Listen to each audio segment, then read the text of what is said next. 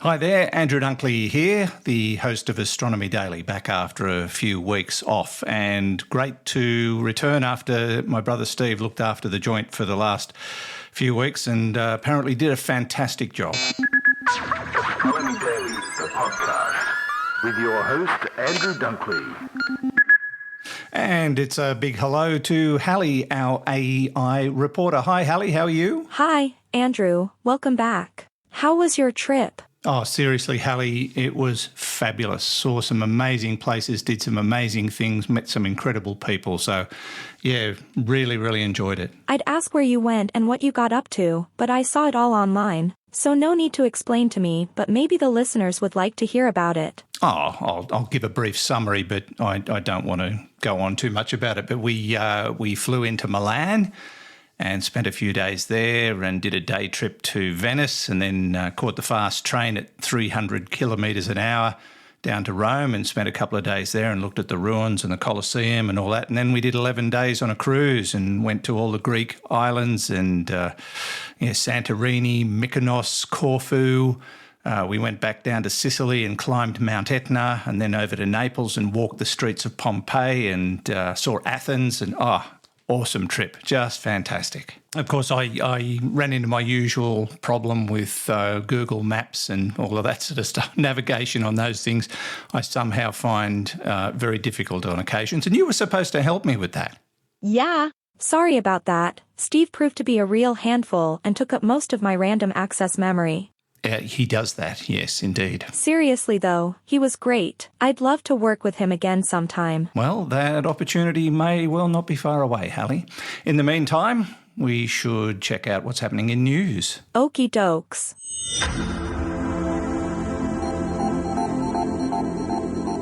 A contract the U.S. Space Force awarded last month to Firefly Aerospace and Millennium Space was just the first step toward the goal of launching a space mission on 24 hours' notice. A lot of moving parts have to come together to pull this off, according to Lieutenant Colonel Mackenzie Birchenough, material leader of Space Safari. Birchenough will oversee the planning of the 24-hour call-up mission known as Victus Nox. This will be Space Safari's second attempt to demonstrate tactically responsive space, a capability that Congress has insisted the Space Force should have in case U.S. satellites are shot down in a war. He said that in times of conflict, if you can't respond to a threat or augment your capabilities within that 24-hour period, it might be too late. The payload, a Millennium small satellite bus carrying a space domain awareness sensor, will be delivered in late April. Japan and France have joined forces and hope to build India's first state-of-the-art planetarium on land, belonging to the University of Mysore at the foot of Chamundi Hill. Work is expected to commence soon as the global tender process has been completed. The tender has been shortlisted and Japan and France-based companies are in the race to bag the tender. The high-tech planetarium, along with Cosmology Education and Research Center called Cosmos, was the subject of a Memorandum of Understanding with the Indian Institute of Astrophysics, Bengaluru in December last year. The Cosmology Center will not only feature an ultra-modern planetarium from where one can watch the beautiful midnight skies at faraway places in real time but also train young minds to use astrophysics-related data gathered from different observatories and telescopes in the country for other applications and useful purposes. The Interplanetary Metaverse project, which is looking to establish a city on Mars, has announced that its first rocket launch is scheduled to lift off on November 30th. But don't be too surprised because it's all happening in virtual reality. According to their website, the launch is the culmination of many months of development and the first small step for mankind into an interplanetary metaverse future. People will be able to watch the launch of Everdome Phoenix on YouTube. A powerful eye in the sky is helping scientists spy super-emitters of methane, a greenhouse gas about 80 times more potent than carbon dioxide. NASA's Earth Surface Mineral Dust Source Investigation Instrument, or EMIT for short, has been mapping the chemical composition of dust throughout Earth's desert regions, since being installed on the exterior of the International Space Station in July, helping researchers understand how airborne dust affects climate. The instrument is identifying huge plumes of heat-trapping methane gas around the world, and so far, more than 50 have been located. According to NASA, reining in methane emissions is the key to limiting global warming. And while many would fear for the future of cows, it seems most of the methane is coming from mega landfill sites around the globe. And that's the news, Andrew. Thank you, Hallie, and we'll catch up with you before the end of the show. Now to other events in astronomy and space science, and one of the areas of high interest is finding other life forms beyond Earth, whether they be microbial or intelligent. And what if it was intelligent? Scientists are currently working on an official alien contact protocol for when we hear from other beings. And let's be straight about it, we're unprepared because most of us probably don't believe it'll ever happen. But what if it did?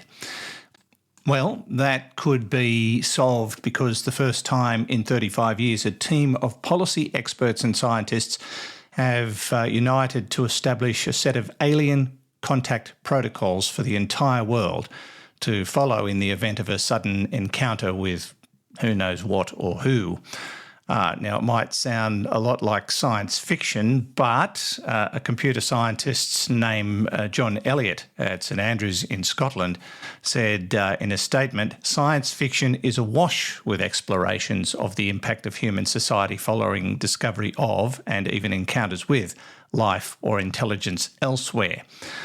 Elliott is the coordinator of the University of St Andrews' newly established SETI detection hub, which will establish the new alien contact protocol. Now, according to Elliott, the new research group will go beyond thinking about the impact on humanity of a potential alien encounter and start focusing on how we should respond instead. And it's probably not a bad way to go. I mean, hearing from them is one thing, replying with a pretty inane and unintelligent response is another. So we probably do need to just have something in the box ready to deliver should we ever get a message from ET. I'm thinking something along the lines of, your call is very important to us. However, no one's available to answer at the moment. Please leave a message. Now, while I was away, a news story popped up and I thought, oh, here we go again. The popular press trying to grab a headline just so you'll read their story, which was absolutely nothing to do with the headline, or just misdirected you until it finally hit the point. And the latest one is astronomers have detected another monster planet killer asteroid. Well, and I actually thought, well, I'm going to read one of these stories and see where it leads. So that was the headline. The next line was, but it will not hit Earth. And if you've surfed the web in the last week or so, you've probably come across it. It's an asteroid named 2022 AP7. And as I said, 2022 AP7 has no chance of hitting Earth at the moment, according to Scott Shepherd at the Carnegie Institute of Science. He and his international team of colleagues observed the asteroid in a rather large group of asteroids that were obscured by the sun's glare. And that's something that Fred Watson and I have talked about in the past on Space Nuts, about maybe paying more attention to the sun rather than looking outwards from our point in the solar system for incoming objects, because some of them might already be, headed our way from the other direction. And that's a fair point. And I guess that's what they're trying to actually demonstrate here with the discovery of this particular asteroid. Now, 2022 AP7 orbits the sun every 5 years, currently crosses Earth's orbit when Earth is on the other side of the sun to it. And eventually its movement will sync with Earth's and it will cross much closer by, but that'll take centuries. And the scientists simply don't know enough about it to precisely predict the danger it might pose in the distant future. But, the popular press jumped all over it, said, oh, it's a planet killer and it's headed our way. Yeah, sort of. The Astronomy Daily Podcast with Andrew Dunkley. Now to one of the most popular subjects on Space Nuts and Astronomy Daily, black holes. And there's been a discovery of what they're calling a monster black hole that has about 12 times the mass of our sun. And it's been detailed in the Astrophysical Journal's research submission by lead author Dr. Sukanya Chakrabarti, a physics professor at the University of Alabama in Hurstville. She says it is closer to the sun than any other black hole that we know of at a distance of 1,550 light years. And it is practically in our backyard. Now, that's mighty close in the scheme of things. Black holes are seen as exotic because of their gravitational force, which is clearly felt by stars and objects in their vicinity. And no light can escape a black hole, so they can't be seen in the visible spectrum. Now, she goes on to say that in some cases, like for supermassive black holes at the centre of our galaxy, they can drive galaxy formation and evolution. In this case, it's not yet clear how these non-interacting black holes affect galactic dynamics in the Milky Way. If they are numerous, they may well affect the formation of our galaxy and its internal dynamics. To find the black hole, Dr. Chakrabarti and a national team of scientists analysed data from nearly 200,000 binary stars released over the summer from the European Space Agency's Gaia satellite mission. Interesting sources were followed up with spectrographical measurements from various telescopes, and voila, they found this rather big object only 1,500 odd light years from Earth. I'm guessing they're going to pay a lot more attention to it now and see what they can learn. And finally, something a bit more down to earth, and that is Disney's Space Mountain. It's becoming a board game. Yeah. Ravensburger delivers a cool sci-fi tabletop game based on the iconic Disney attraction, it says. It's a high-velocity indoor roller coaster system known as Space Mountain. I've been on it. You might have been too. And it's delivered a lot of thrills and spills to people over the years.